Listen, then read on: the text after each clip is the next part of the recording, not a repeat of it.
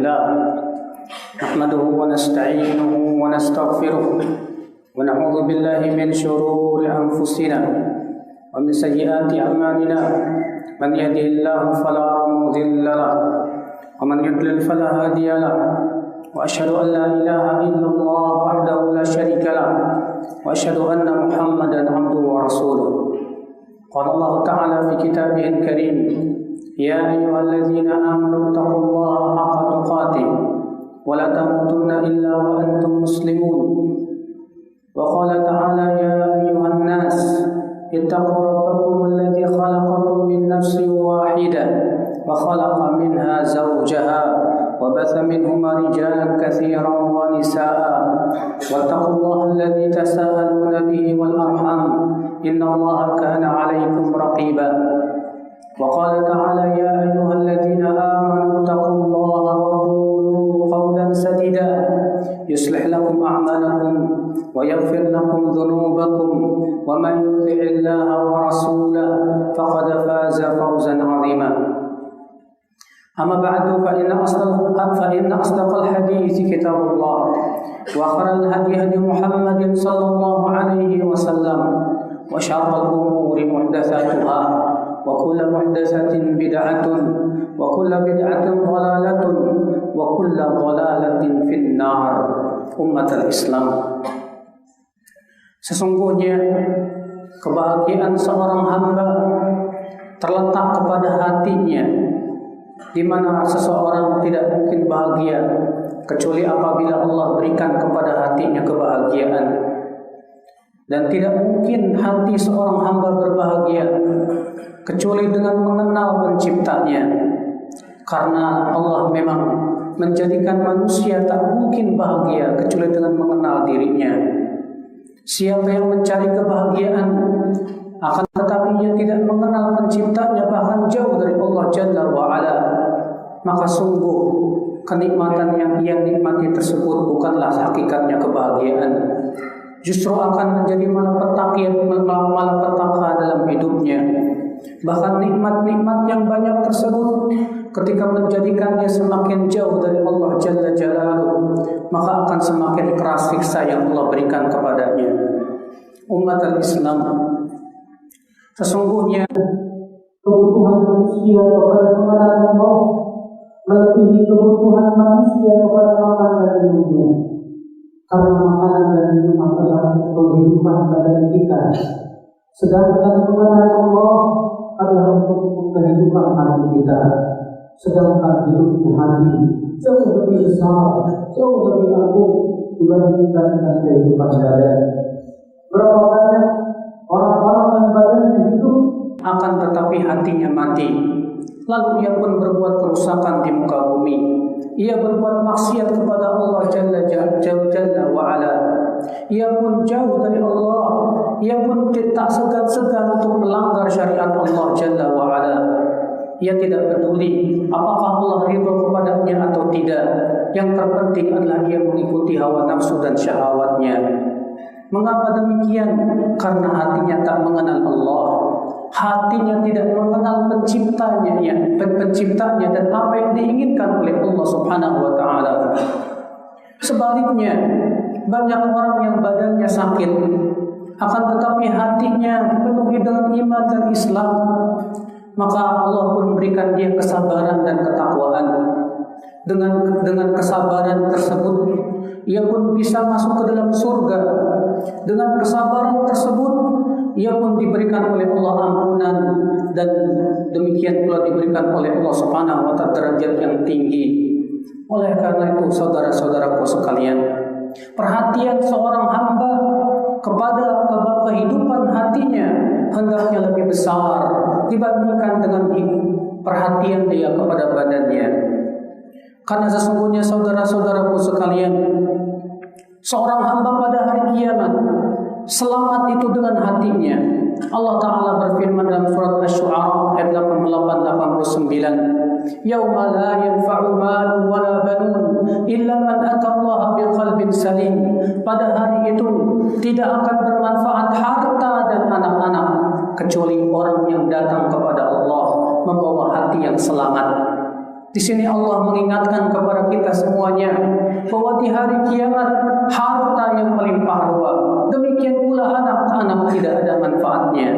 Yang bermanfaat untuk kita di hari kiamat ketika kita datang dengan membawa hati yang selamat, selamat dari kesyirikan, selamat dari berbagai macam penyakit-penyakit hati seperti kesombongan dan yang lainnya.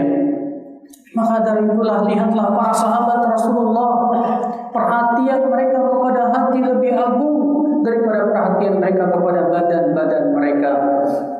Lihatlah bagaimana Abu Bakar radhiyallahu anhu, bagaimana Umar bin Khattab radhiyallahu anhu ardhahum. Demikian pula para sahabat yang lainnya. Mereka berlomba-lomba memperbaiki hati mereka sebelum mereka memperbaiki badan mereka. Mereka berlomba-lomba dalam setiap amal dan kebaikan. Ini dia seorang sahabat yang mulia. Suatu ketika Rasulullah SAW duduk bersama para sahabatnya. Lalu datanglah seorang Ansor dalam keadaan dia menenteng sendalnya dan terlihat dia baru wudu. Lalu Nabi bersabda, siapa yang ingin melihat penduduk surga, hendaklah sebentar lagi akan muncul penduduk surga. Ternyata datanglah si Ansor tersebut. Keesokan harinya Rasulullah mengatakan demikian lagi. Sebentar lagi akan datang seorang penduduk surga. Ternyata datang lagi orang Ansor tersebut. Keesokan harinya Rasulullah bersabda lagi, sebentar lagi akan datang seorang penduduk surga. Kemudian ternyata yang muncul orang yang kemarin lagi. Abdullah bin Amr bin Al-As berkata, sungguh aku ingin mengetahui bagaimana ibadahnya. Pergilah ia ke rumah Ansor tersebut, minta izin untuk tinggal di rumahnya selama 3 hari. Diperhatikannya amalannya tersebut, ternyata tidak ada yang istimewa. Setelah 3 hari, ia bertanya kepada orang tersebut, sungguh aku menginap di rumahmu karena aku ingin melihat bagaimana amalanmu. Karena aku mendengar Rasulullah 3 kali mengatakan bahwa engkau penduduk surga.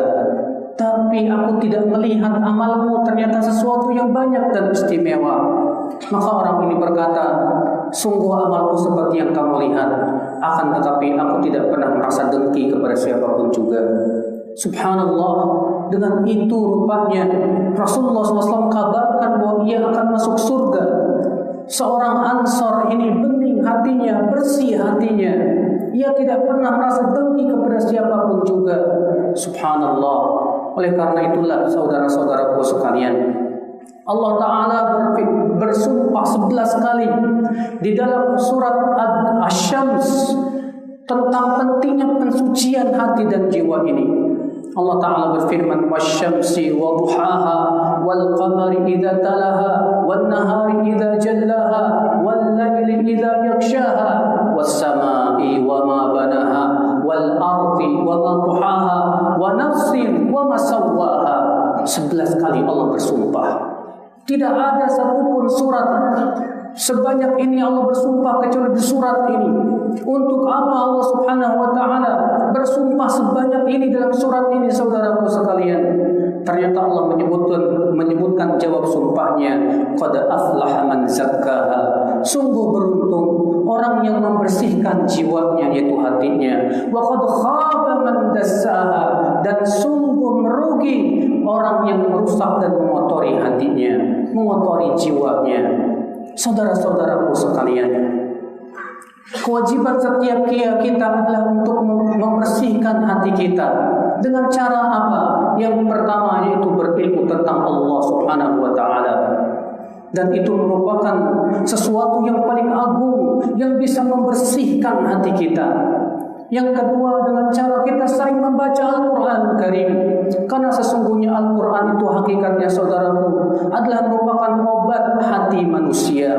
Allah Ta'ala berfirman dalam surat Yunus, ya ayuhan nas, qad ja'atkum maw'izatun min rabbikum wa shifaa'un lima fis sudur wa hudan wa rahmatun lil mu'minin.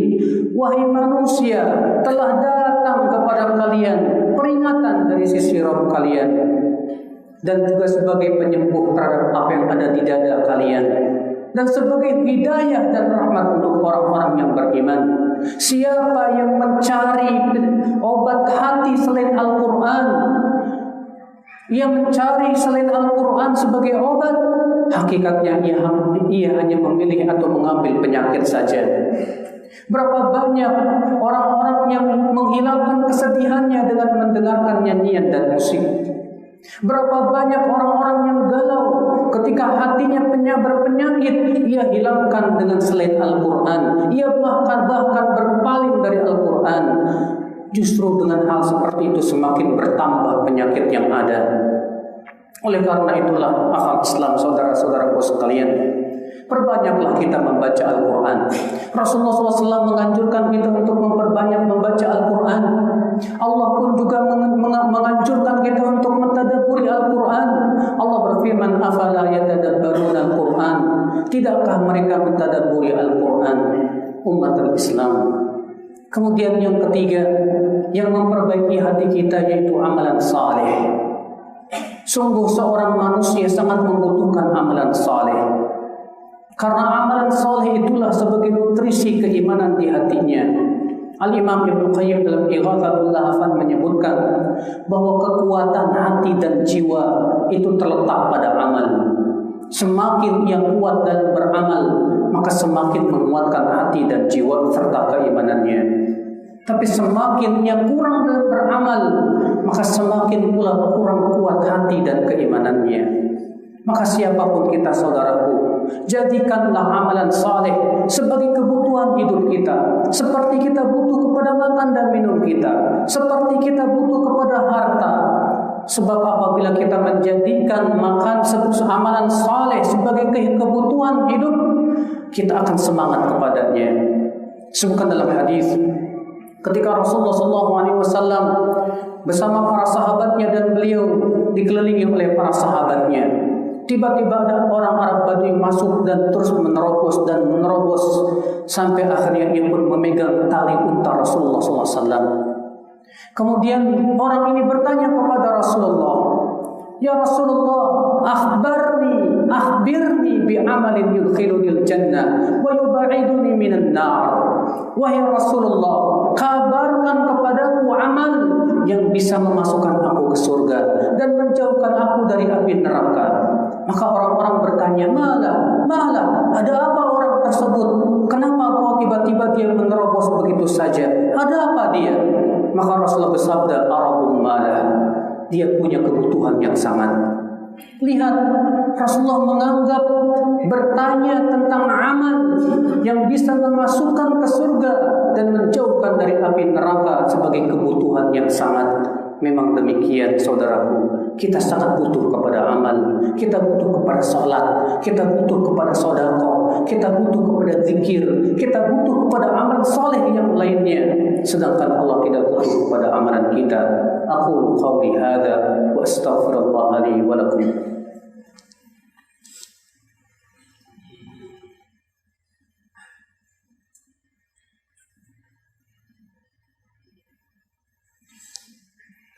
Alhamdulillah, wassalatu wassalamu ala rasulillah nabiyina Muhammadin wa alihi wa sahbihi wa man wala. Wa asyhadu an la ilaha illallah wahdahu la syarika lah wa asyhadu anna Muhammadan abduhu wa rasuluh. Umat al-Islam, perkara yang keempat yang membeningkan dan membersihkan hati kita yaitu al-iktsar minal istighfar wa taubah. Memperbanyak istighfar dan bertaubat kepada Allah Subhanahu wa taala.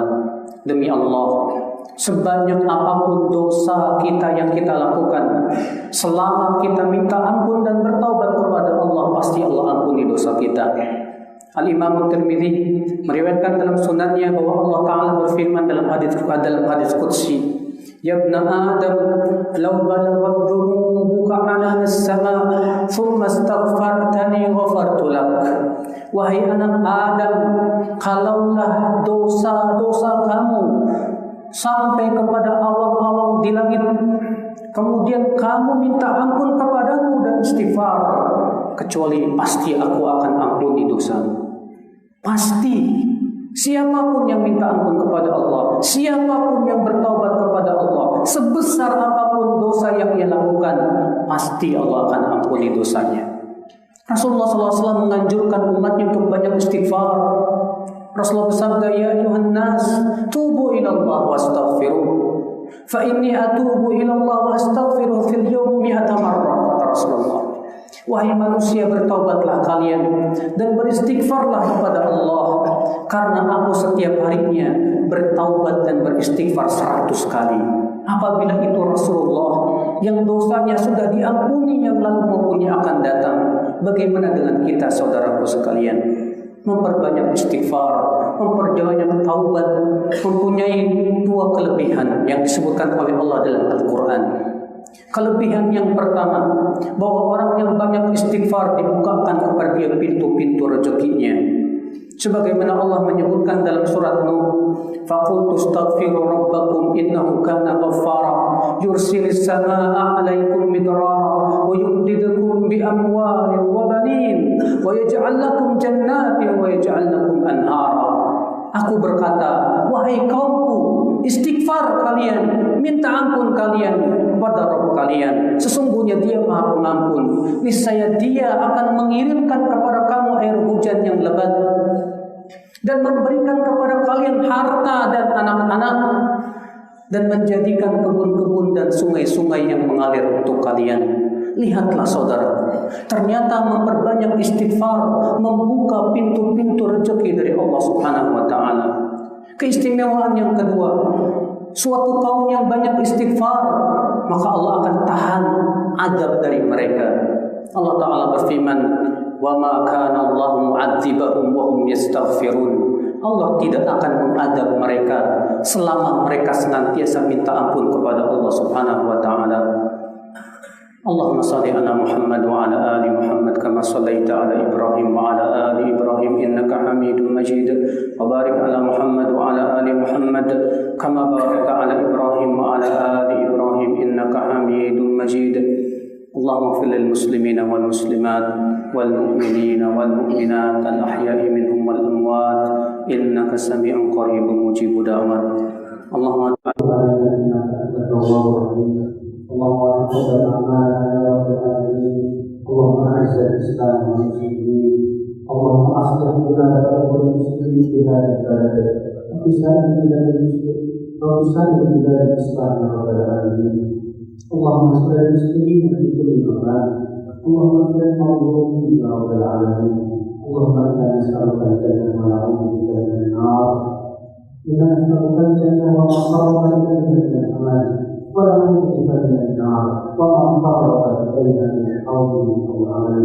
عباد الله، ان الله يامر بالعدل والاحسان وايتاء ذي القربى وينهى عن الفحشاء والمنكر والبغي يعظكم لعلكم تذكرون. اذكروا الله العظيم يذكركم واشكروه على نعمه يزدكم ولذكر الله اكبر.